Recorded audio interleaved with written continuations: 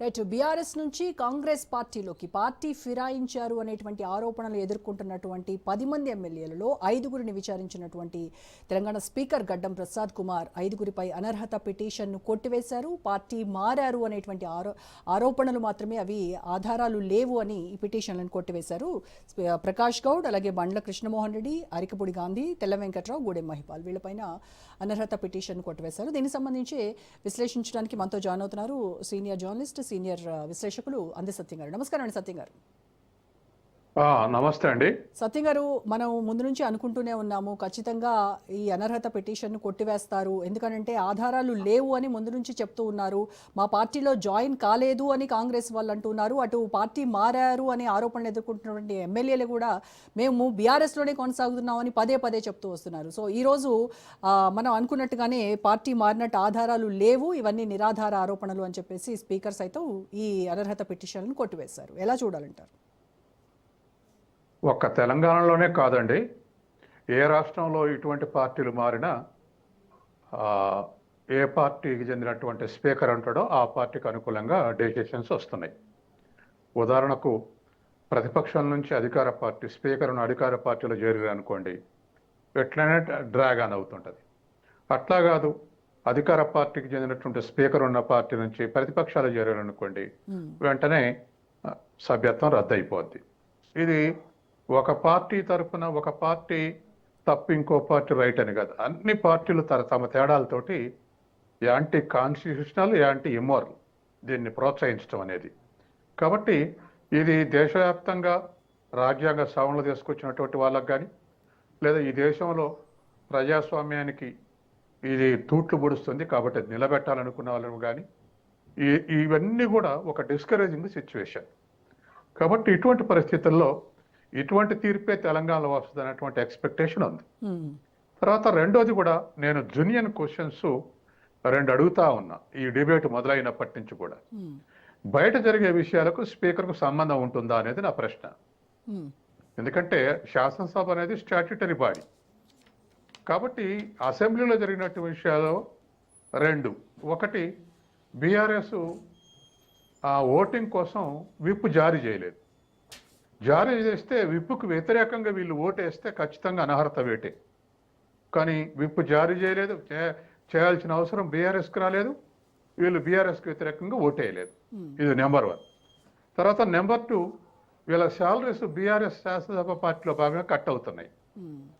కాబట్టి అది రెండో ఎవిడెన్స్. ఇటువంటి ఎవిడెన్స్ల కింద వీళ్ళు ఎస్కేప్ అయ్యేటువంటి అవకాశం ఉందని నేను చెప్తా ఉన్నా. బయట జరిగేటువంటి విషయాలు కన్సిడర్ చేసేటట్టయితే అది స్పీకర్ ఆధీనంలో ఉంటుందా ఆ బయట జరిగే విషయాలు? సపోజ్ వీళ్ళు 5గురు రేవంత్ రెడ్డికి కండవలు కప్పించుకుని అనుకుందాం, రేపు ఆ తర్వాత బండి సంజయ్ తోటి, ఆ తర్వాత రామచంద్రరావు తోటో, ఆ తర్వాత ఇంకో పార్టీతోటో ఇలా ఒకరిద్దరు పోయి కండవలు కప్పించుకుంటే ఏ పార్టీలకు మారిండి అనుకోవాలి? తర్వాత ఏ పార్టీలకు మారిండి స్పీకర్ ఎట్లా డెసిషన్ తీసుకోవాలి? కాబట్టి స్టాట్యూటరీ బాడీలో వాళ్ళ ఓటింగ్ ఎగనెస్ట్ ఉంటే అప్పుడు దీన్ని కన్సిడర్ చేసే అవకాశం ఉంది. కాబట్టి ఈ 2 కండిషన్స్ కింద దీన్ని రిజెక్ట్ చేసే అవకాశం ఉంది స్పీకర్ అని చెప్పేసి ఇది మనం ఎప్పుడైతే ఫస్ట్ డిబేట్ స్టార్ట్ అయినామో అప్పటి నుంచి ఇప్పటికి కూడా నేను చెప్తా ఉన్నా. అదే విషయాలు ఆధారం చేసుకుని వాళ్ళ స్పీకర్ కొట్టేసిండు. వీళ్ళు ఎక్కడో కండవలు కప్పుకురు, లేకపోతే ఇంకో దగ్గర ఇంకోటి చేసిర్రు అనేటువంటిది సరైనది కాదు.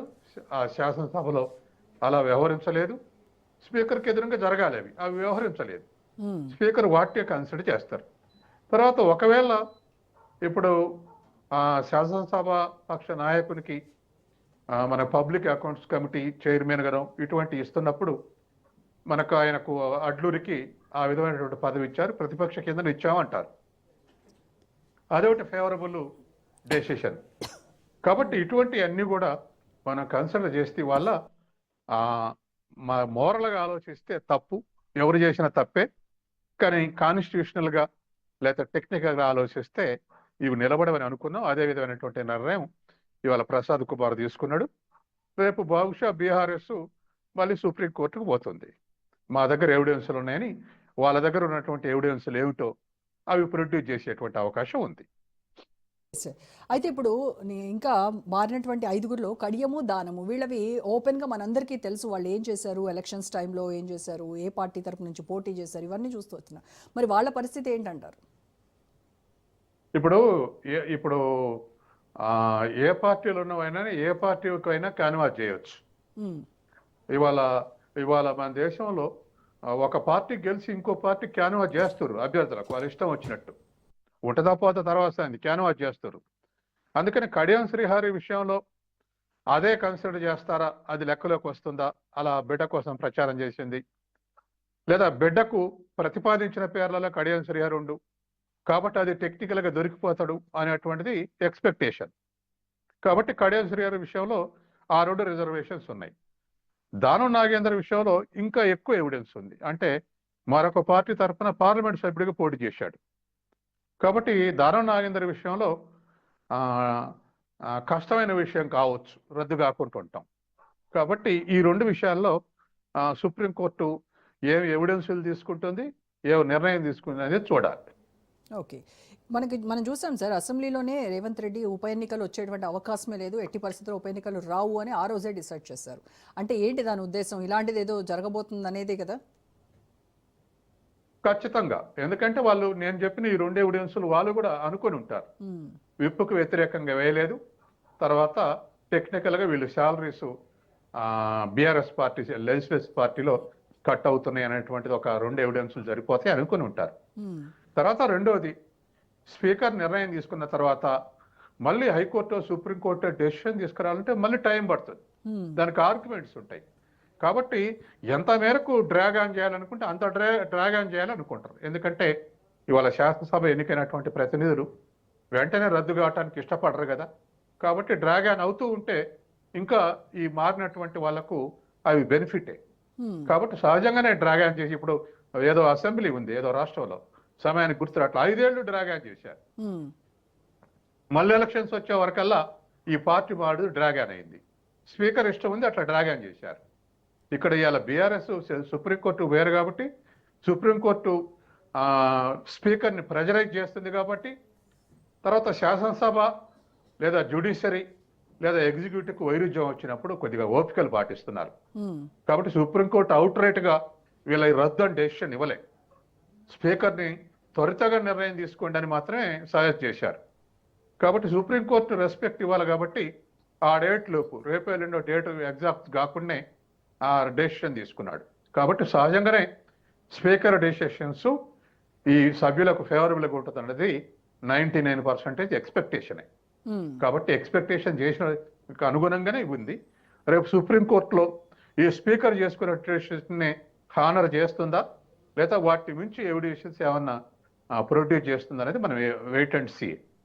ఓకే. ఇప్పటికీ సుప్రీంకోర్టు ఇన్నిసార్లు మొట్టికాయలేసి స్పీకర్ పైన ప్రెషరైజ్ చేస్తే ఇప్పటికీ ఈ 5గురి పరిస్థితి ఏంటనేది మనకి తేలింది. మరి మిగతా 5గురి పరిస్థితి ఏంటి? వాళ్ళది ఇంకా ఎంతకాలం డ్రాగ్ ఆన్ చేస్తారు? వీటిపైన ఎప్పుడు ఒక క్లారిటీ వచ్చేటువంటి అవకాశం ఉందంటారు? వాళ్ళకు కూడా డెసిషన్ తీసుకుంటాడు. ఇప్పుడు ఎంక్వైరీస్ అయిపోయి ఉంటే డెసిషన్ తీసుకుంటాడు. ఎంక్వైరీస్ కాకపోతే ఇంకా కొన్ని ఎంక్వైరీస్, ఇప్పుడు కంప్లైంట్స్ నుంచి ఎంక్వైరీ చేస్తారు, తర్వాత అక్యూజ్డ్ ఎంక్వైరీ చేస్తున్నారు, తర్వాత బోత్ లాయర్స్ 2 వైపుల నుంచి లాయర్స్ ఆర్గ్యుమెంట్స్ కూడా ఇస్తున్నారు. కాబట్టి అవి జరగకుండా ఏమైనా ఇంకా డ్యూ ఉంటే వాటిని కంప్లీట్ చేసే అవకాశం ఉంది. అట్లా కాదు ఇప్పుడు 5గురు కంప్లీట్ అయినాయి అంటే డెసిషన్ తీసుకునే అవకాశం ఉంది. దానికి వారం 2 వారాలు పట్టవచ్చు, ఏది కంప్లీట్ అయి ఉంటే, ఆర్గ్యుమెంట్స్ కంప్లీట్ అయి ఉంటే. ఓకే. అయితే ఈ సుప్రీంకోర్టు మనకి టైం ఇవ్వడము, దాని కంటెంప్ట్ హెచ్చరికలు చేయడము, వీటిపైన ఇవన్నీ కూడా స్పీకర్ పైన ఎంతవరకు ప్రభావం చూపిస్తాయంటారు? అంటే ముందు ఇలా ప్రెషరైజ్ చేసి మరీ తీర్పులు తెప్పించుకునేటువంటి ఇది తగ్గుతుందంటారా రాను రాను? అంటే శాసనసభ వ్యవహారాలకు సంబంధించి పార్లమెంట్లైనా అసెంబ్లీకైనా స్పీకర్ డెసిషన్ ఫైనల్, వాళ్ళకి హక్కు ఉంది. ఇప్పుడు పార్లమెంట్లో ఆయన ఎవరు, జడ్జి వర్మ, నోట్ల కట్టలు దొరికినాయంటే ఆ speaker, parliament speaker, Lok Sabha speaker ఒక 3 జడ్జెస్ తోటి కమిటీ వేసాడు. దానికి కౌంటర్గా ఇవాళ వర్మ ఆర్గ్యుమెంట్ చేస్తుండే సుప్రీంకోర్టులో, అసలు స్పీకర్కి అధికారం లేదు, తను ఎట్లా చేస్తాడు 3 జడ్జీలతో కమిటీ అని చెప్పేసి ఇవాళ మళ్ళీ కొత్త ఆర్గ్యుమెంట్ నడుస్తుంది. కానీ సాధారణంగా శాసనసభ వ్యవహారాలకు విషయానికి వస్తే పార్లమెంట్లో స్పీకర్, అసెంబ్లీలో కూడా స్పీకర్, సుప్రీం. కాబట్టి వీళ్ళు ఒకవేళ రేపు సుప్రీంకోర్టు స్పీకర్ని నీ స్పీకర్ రద్దు అన్నా కూడా నువ్వెవరు రద్దు చేయడానికి అనే ఆర్గ్యుమెంట్స్ కూడా ఉన్నాయి. అది ముఖ్య గెలిచిన శాసనసభ సభ్యుల ఇష్టం ఎన్నుకోవడం అనేది అని చెప్పేసి అనుకునే అవకాశం ఉంది. ఇటువంటి చాలా నడుస్తున్నాయి. గవర్నర్లు వర్సెస్ స్టేట్ గవర్నమెంట్ నడుస్తున్నాయి అన్ని రాష్ట్రాల్లో. గవర్నర్ అనేది కేవలం రాజ్యాంగ ప్రతినిధి తప్ప ఈ విధమైనటువంటి అధికారాలు లేవని చెప్పేసి క్వశ్చన్ చేస్తారు ముఖ్యమంత్రులు. కాబట్టి వాళ్ళ రాజ్యాంగంలో ఈ స్పీకర్లు సుప్రీం కాబట్టి వాళ్ళ డెసిషన్ ని కాంట్రడిక్ట్ చేసి అమలు చేసేటువంటి అవకాశం సుప్రీంకోర్టు కొన్ని పరిమితులు ఉన్నాయి. కాబట్టి స్పీకర్ ని టైం లోపు చేయమని తప్ప స్పీకర్ మీద యాక్షన్ తీసుకోలేదు. లేదా సుప్రీంకోర్టు జడ్జిమెంట్ ఇచ్చి దీన్ని అమలు చేయమని స్పీకర్కి చెప్పలేదు. కాబట్టి ఈ ఆస్పెక్ట్ లో ఆలోచించాల్సిన అవసరం ఉంది. అలాగే సత్యం గారు, ఇప్పుడు స్పీకర్ ఈ అనర్హత పిటిషన్కి సంబంధించి తీసుకున్న నిర్ణయం వల్ల బీఆర్ఎస్ బలోపేతమవుతుందంటారా, లేదంటే కాంగ్రెస్ ఇంకా స్ట్రెంథన్ అయ్యేటువంటి అవకాశాలు ఉన్నాయంటారా? శాసనసభ పరంగా సంఖ్యాపరంగా కాంగ్రెస్ బెనిఫిట్ అవుద్ది. ఎందుకంటే కాంగ్రెస్ పార్టీలో తోక జాడించే వాళ్ళందరూ కాముకుంటారు. ఎందుకంటే 65 మంది ఉండరు, మేము ఒక 5-6 ఒక జట్టు కట్టి బెదిరిస్తే బెదిరిపోతాడు ముఖ్యమంత్రి అని అనుకుంటే వాళ్ళందరూ కూడా వెనకకు తీసుకుంటారు. ఎందుకంటే వీళ్ళు ఒక 7-8 మంది జోడీ అయ్యారు అనుకోండి, గవర్నమెంట్ సపోర్ట్ చేసే వాళ్ళు 72-73 అవుతారు. కాబట్టి వాళ్ళని కంట్రోల్ చేయడానికి వీళ్ళ స్ట్రెంత్ పనికి వస్తాయి కాంగ్రెస్ పార్టీకి.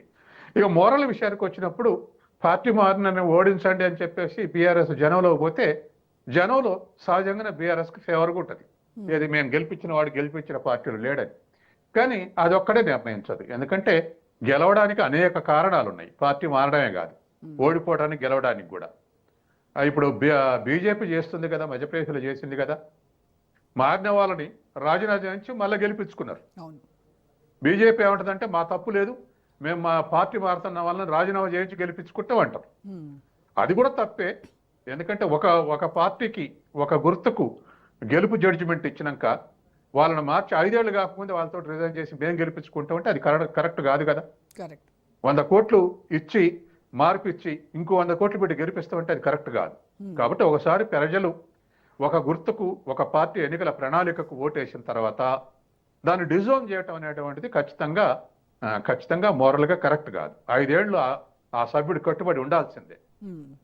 అందుకని ఇవాళ ఉన్నటువంటి పరిస్థితుల్లో ఏ పార్టీకి ఆ పార్టీ సమర్థించుకుంటాయి. కానీ గెలుపోవటం అనేది మళ్ళీ ఉప ఎలక్షన్ వచ్చినాడు డిఫరెంట్ కండిషన్స్ అవాళ మాట్లాడుకునే అంశం తప్ప ఇవాళ ఎక్స్పెక్ట్ చేయలేము. Right sir, thank you so much Satyam garu. Right, ఇది వాటి special debate. Stay tuned to Raj news.